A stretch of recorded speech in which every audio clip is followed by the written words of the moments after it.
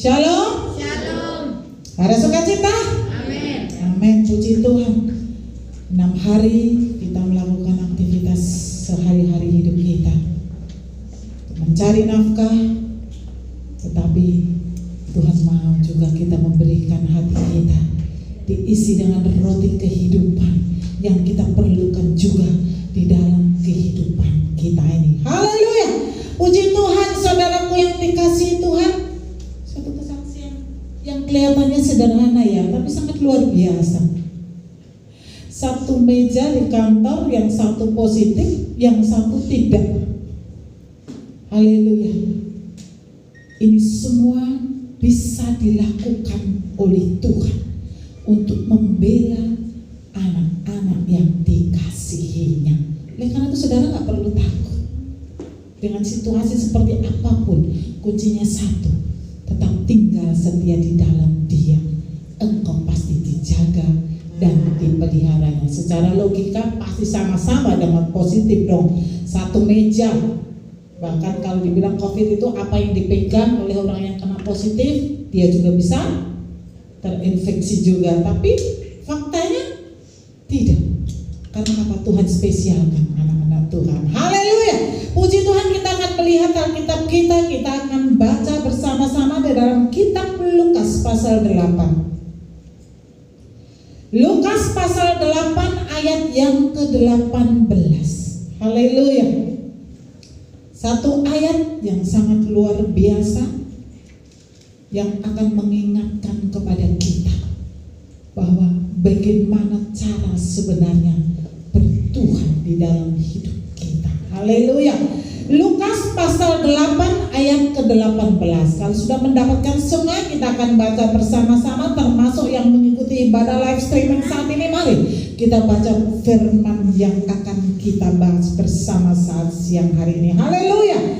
2, 3. Karena itu perhatikanlah cara kamu mendengar, karena siapa yang mempunyai, kepadanya akan diberi, tetapi siapa yang tidak mempunyai, daripadanya akan diambil juga apa yang ia anggap ada padanya. Sekali lagi, karena itu perhatikanlah cara kamu mendengar, karena siapa yang mempunyai, kepadanya akan diberi, tetapi siapa yang tidak mempunyai, daripadanya akan diambil juga apa yang ia anggap ada padanya. Haleluya. Saudaraku yang dikasihi Tuhan, kalau berbicara mendengar pasti urusannya dengan telinga, ya. Telinga ini adalah salah satu panca indera yang cukup penting bagi kehidupan kita manusia, yaitu indera pendengar. Saudaraku yang dikasihi Tuhan, apa yang kita dengar yang dibicarakan oleh orang, ya, itu akan masuk ke telinga kita dan diproses oleh otak kita, baru kita menanggapi setiap apa yang kita dengar. Saudaraku, panca indera dibuat oleh Tuhan supaya kita mampu untuk membedakan sebenarnya apa yang harus kita lakukan dan tidak. Kita lihat di dalam kitab Amsal 20 ayat 12. Telinga yang mendengar dan mata yang melihat, kedua-duanya dibuat oleh Tuhan. Haleluya. Kenapa hanya disebut mata dan telinga yang dibuat oleh Tuhan? Karena mata ini dan telinga ini, kalau salah menggunakannya, bisa menjadi sumber dosa. Contohnya, mata ini kita melihat sesuatu yang kelihatannya menarik perhatian kita, padahal itu bukan milik kita dan kita menginginkannya, itu sudah berdosa. Demikian juga telinga. Ketika kita mendengar gosip A, B, C, dan D dan kita menimpalinya, itu juga bisa membuat dosa. Jadi mata dan telinga ini dibuat Tuhan seharusnya untuk tujuan yang tepat. Tujuan supaya mata dan telinga kita ini bermanfaat dalam hidup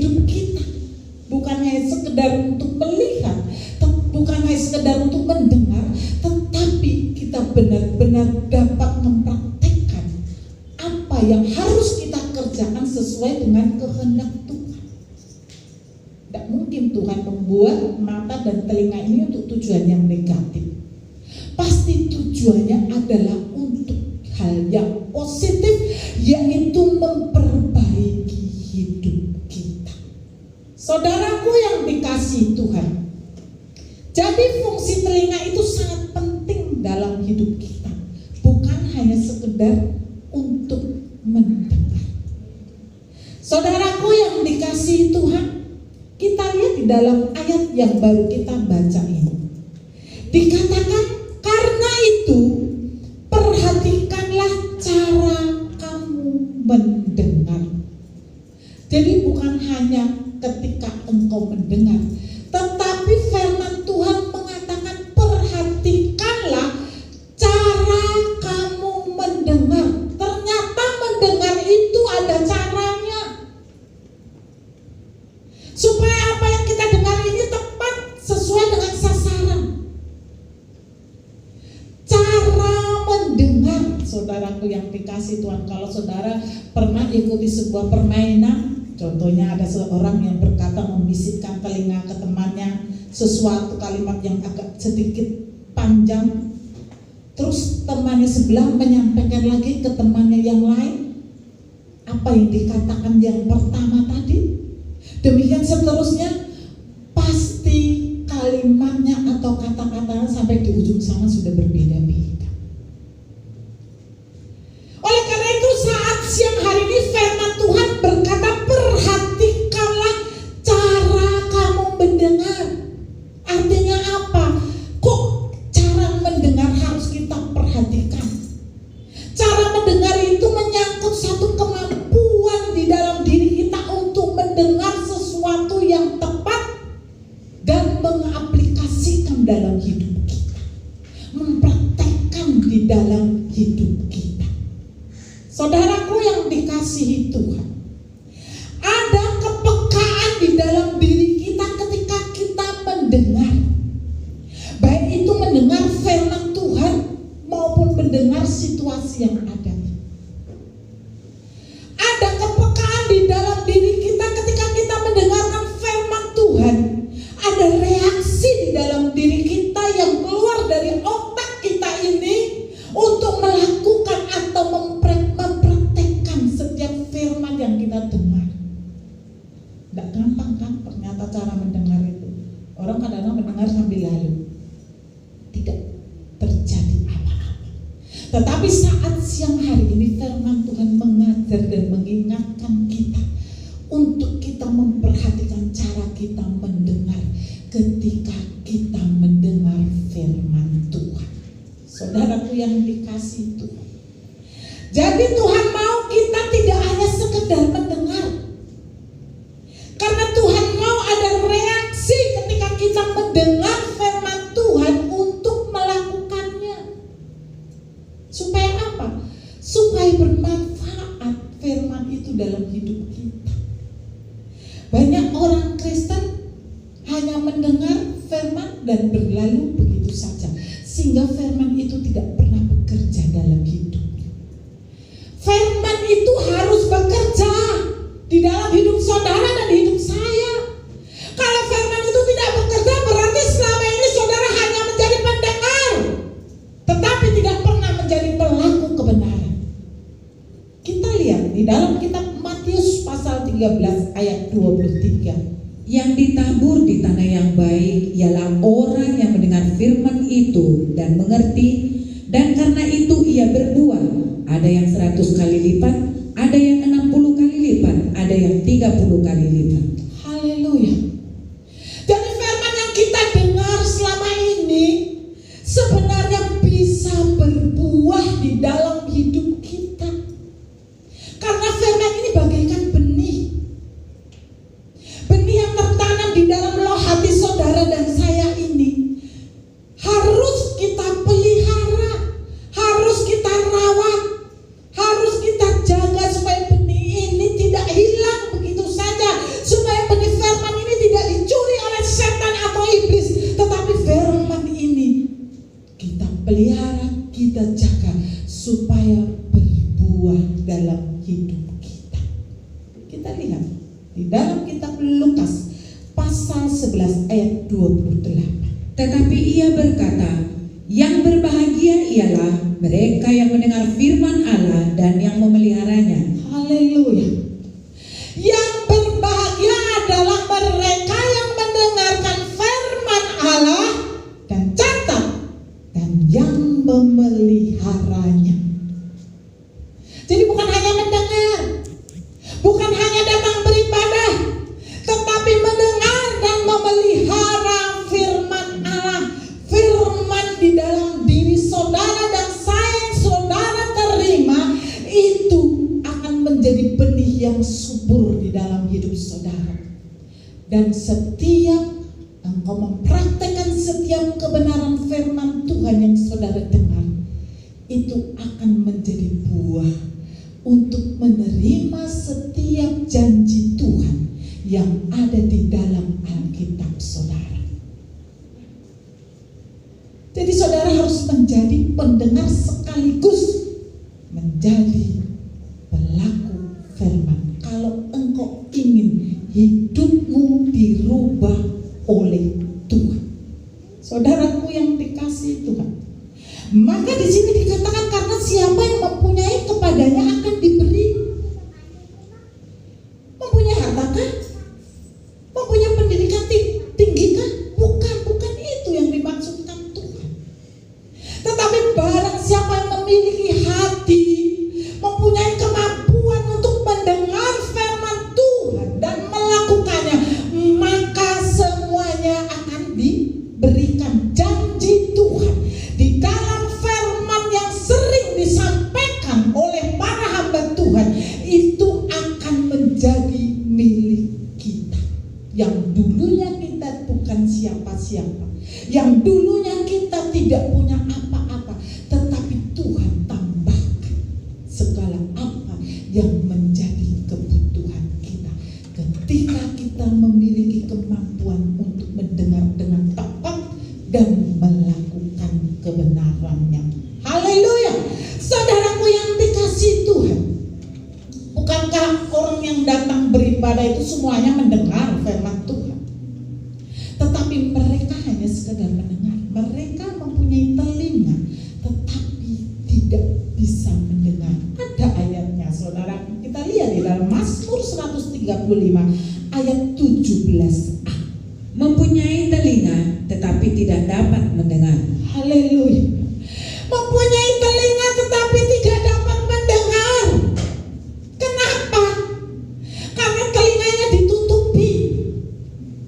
Telinganya tidak mau tahu, sehingga setiap firman yang disampaikan berlalu begitu saja. Sehingga firman itu tidak pernah bekerja dalam hidupnya. Sehingga banyak orang Kristen datang beribadah tetapi tidak ada perubahan dalam hidupnya. Kenapa? Padahal janji Tuhan begitu luar biasa. Karena mereka datang hanya menjadi pendengar.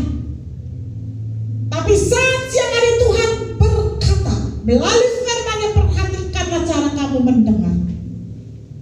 Kita harus perhatikan baik-baik.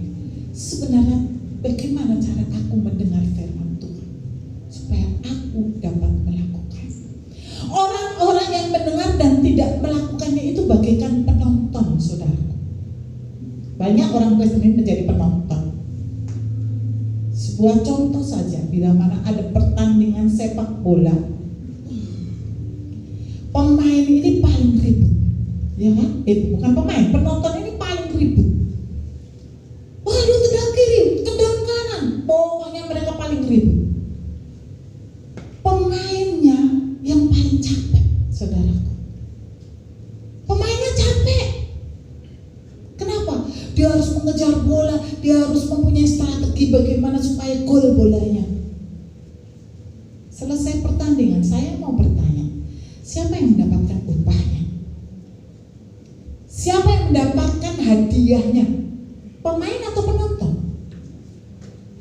Pemain yang mendapatkan upahnya, apalagi kalau dia menjadi juara, pasti upahnya luar biasa. Makanya pesepak bola itu banyak sekali yang kaya raya. Saudaraku yang dikasih, pemain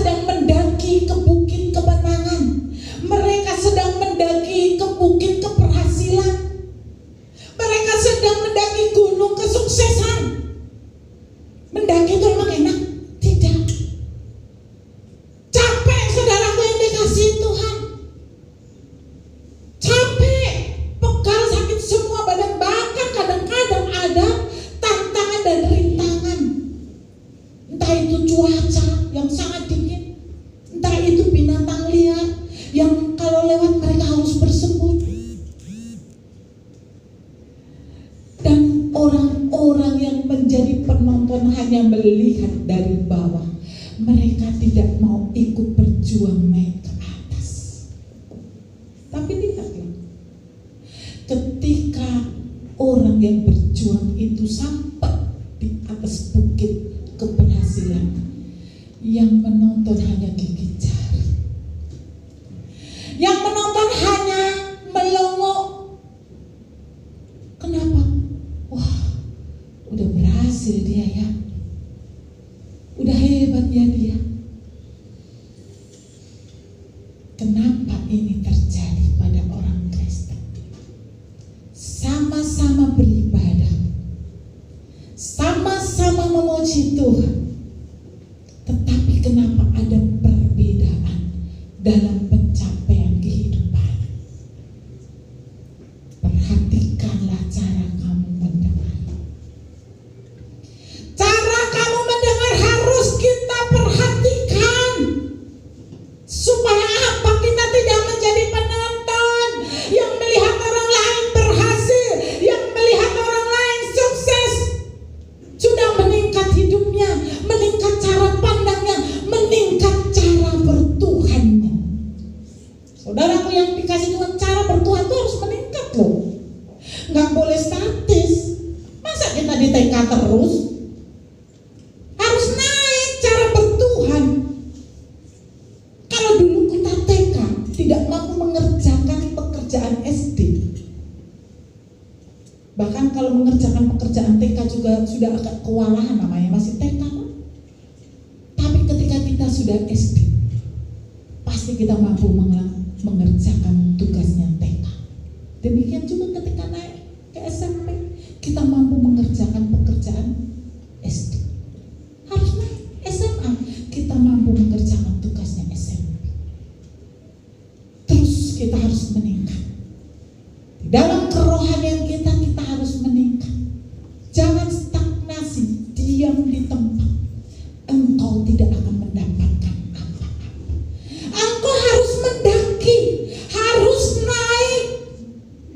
Naik imanmu, naik keinginanmu untuk semakin maju di dalam Tuhan. Harus ada, jangan hanya begitu saja. Orang sudah sampai puncak gunung, kita masih ada di bawah hanya melihat. Kenapa? Karena kita tidak mau capek, kita tidak mau susah, kita tidak mau beban. Kita maunya santai-santai saja.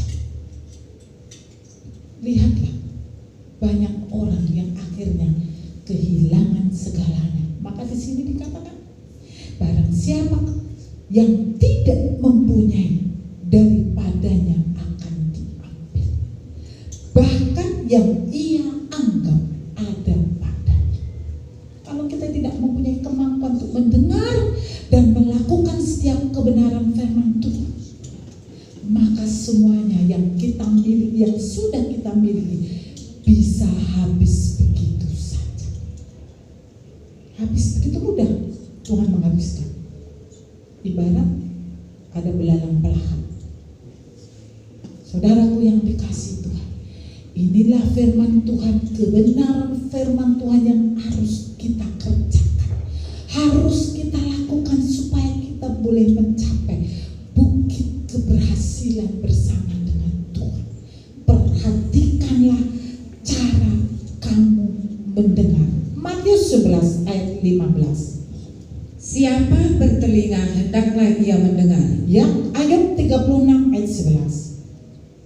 Jikalau mereka mendengar dan takluk, maka mereka hidup mujur sampai akhir hari-hari mereka, dan senang sampai akhir tahun-tahun mereka. Haleluya. Siapa bertelinga hendaklah ia mendengar. Hendaklah ia mendengar. Tetapi ingat, di sini di dalam ayat 36 ayat 11 mengatakan, jikalau mereka mendengar dan takluk. Takluk itu artinya apa? Tunduk kepada setiap apa yang didengarnya.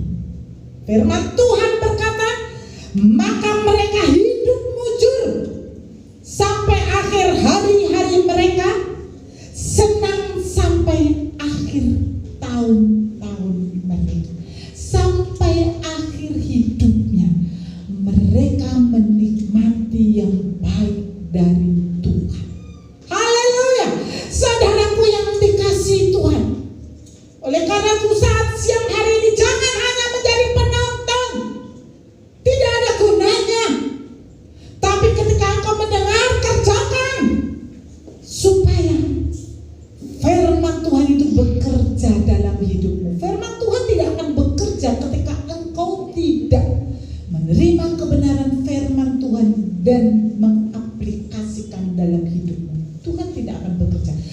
bekerja ketika kita melakukan firman Tuhan.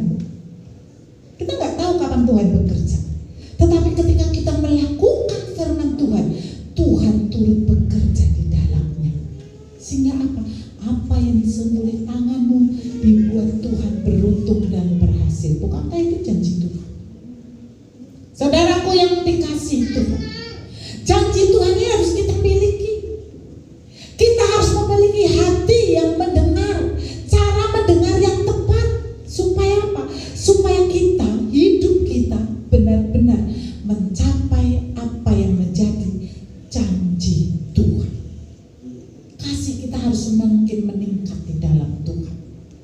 Jangan pernah surut. Orang-orang yang surut itu sedang diambang kehancuran.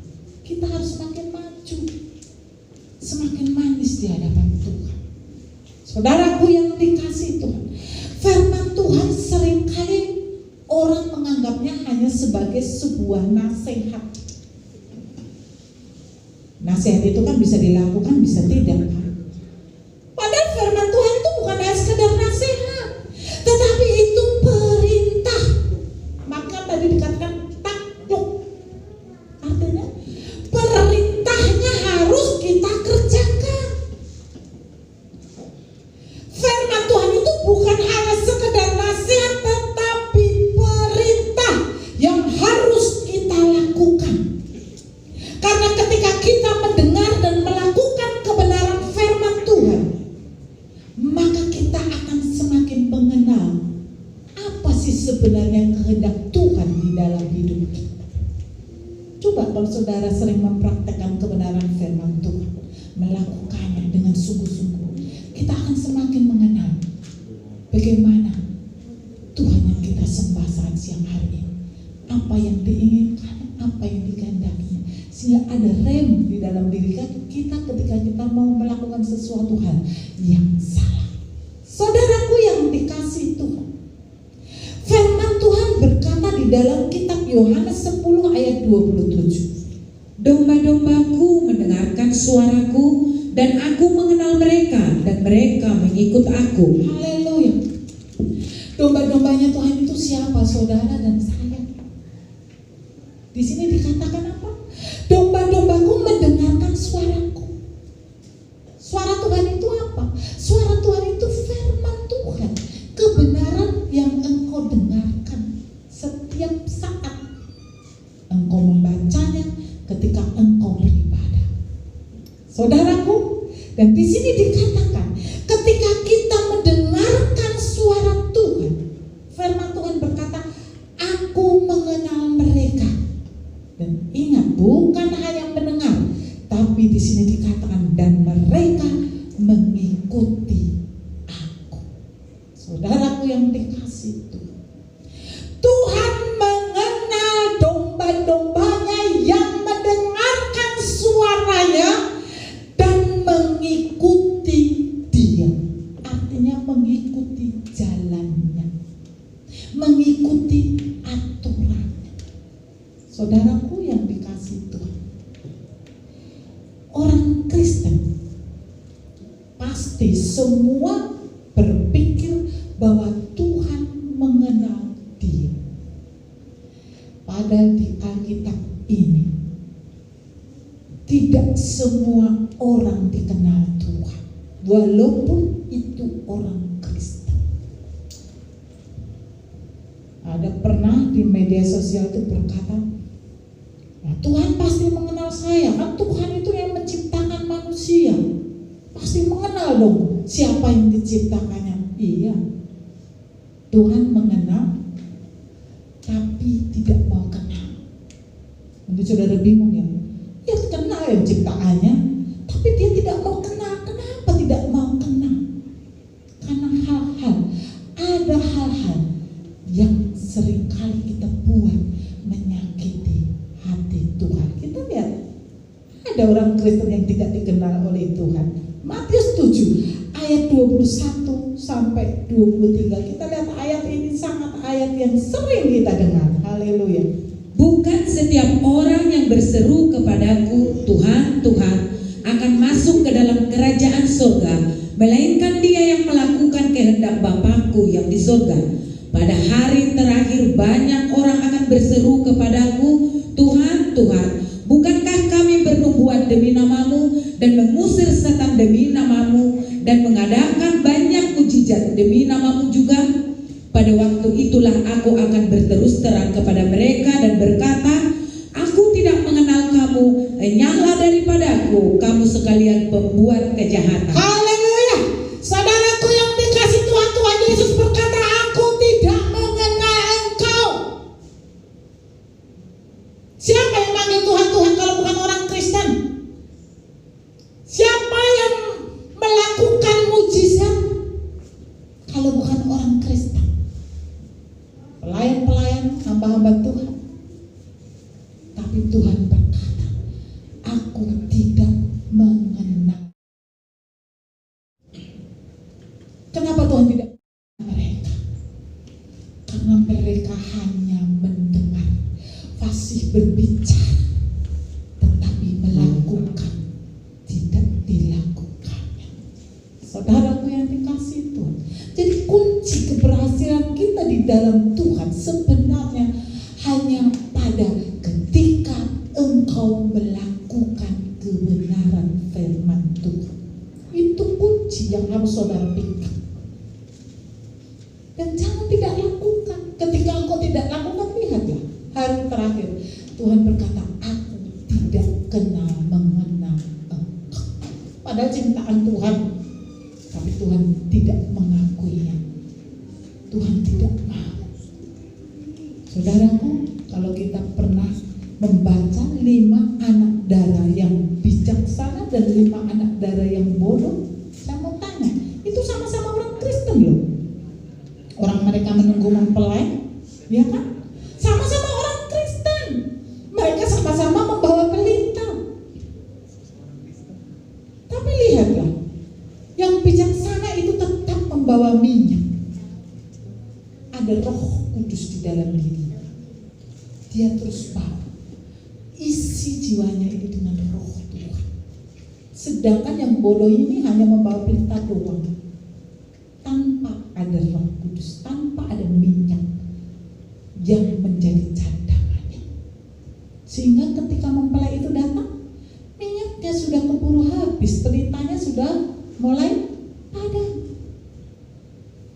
Ketika mempelai itu bersama-sama dengan 5 wanita yang bijaksana itu masuk ke dalam perjamuan kawin, pintu langsung ditutup. Apa yang dilakukan oleh wanita yang bodoh 5 orang ini? Mereka mencari minyak dulu. Akhirnya ketika datang, pintu sudah tertutup. Dia ketok-ketok seperti apapun, pintu tidak pernah terbuka lagi. Apa kata Tuhan? Aku tidak mengenal engkau.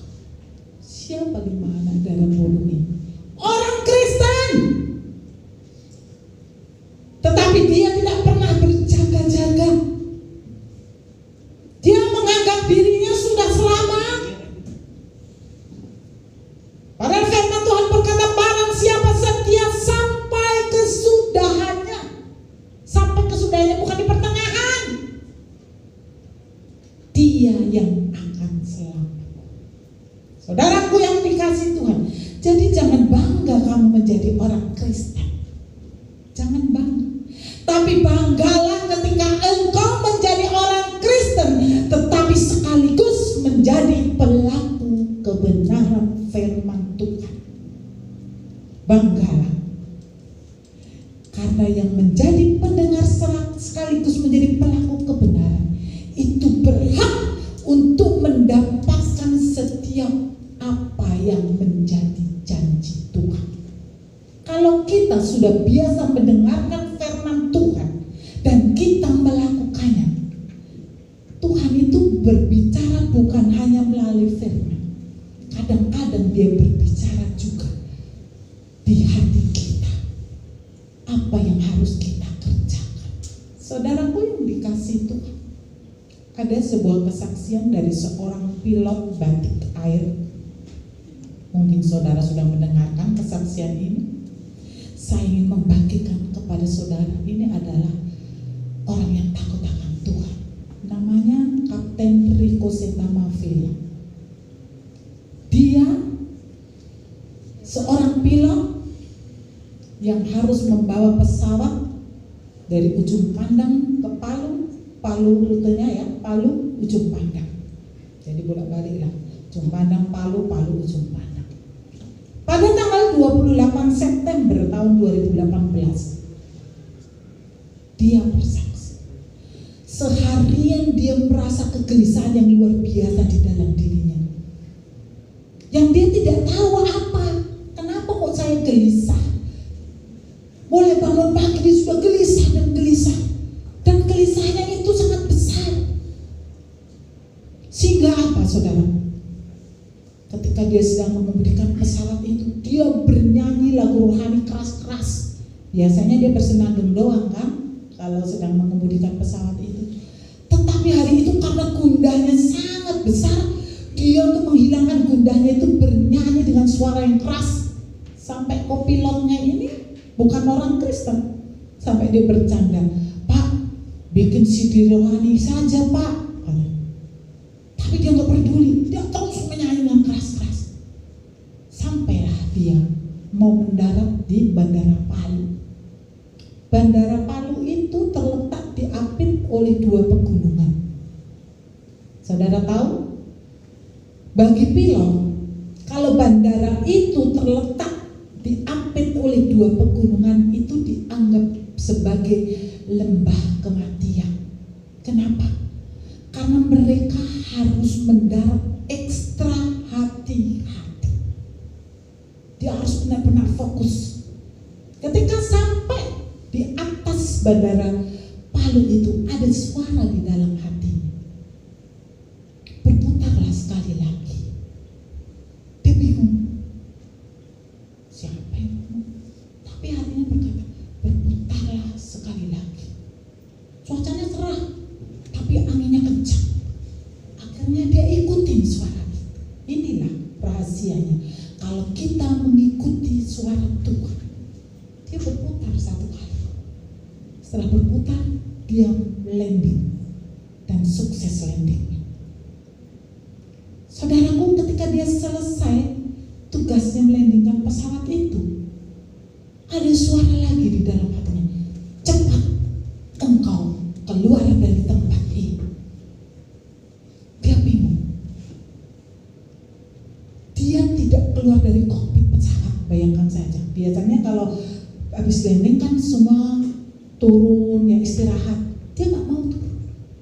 Dia instruksikan kepada seluruh krunya, "Kalian beristirahat cukup 20 menit, langsung kembali ke pesawat." Saudaraku, krunya, ya namanya ini pemimpinnya, tepat saudaraku. Dan ketika dia di kokpit itu, suara itu terus bergema, "Cepat, kamu harus tinggalkan landasan ini." Langsung dia hubungi menara kontrol. Saudaraku, itu biasanya kalau bandara ada menara kontrolnya kan. Dia berkata, "Pak, saya akan terbang kurang 3 menit dari waktu yang ditentukan." Jadi dia mengambil waktu 3 menit. Seharusnya contohnya jam 11, berarti jam 11 kurang 3 menit saya akan tinggal landas. Harus minta izin dulu, karena kan pesawat banyak ya. Terus kemudian dari menara kontrol setelah mengolah proses diizinkan. Baiklah, 3 menit sebelum waktu yang ditentukan, engkau boleh tinggal landas. Saudaraku yang dikasihi Tuhan, benar. Ketika mereka sudah diizinkan untuk berangkat, segeralah kapten ini mengemudikan pesawat ini. Saudara tahu apa yang terjadi? Dia tidak tahu kenapa tangan kirinya ini memegang tuas pesawat. Pesawat itu juga ada tuasnya, saudaraku. Seharusnya ini tugasnya kopilot, saudaraku ya. Mengatur kecepatan pesawat itu tugasnya kopilot. Secara prosedur itu salah sebenarnya kalau dia yang mengambil alih. Tetapi dia tidak mengerti tangannya itu pegang tuasnya itu sekencang-kencangnya. Kalau istilah di mobilnya saudaraku yang dikasihi Tuhan. Kencang sekali sampai sekuat tenaga dia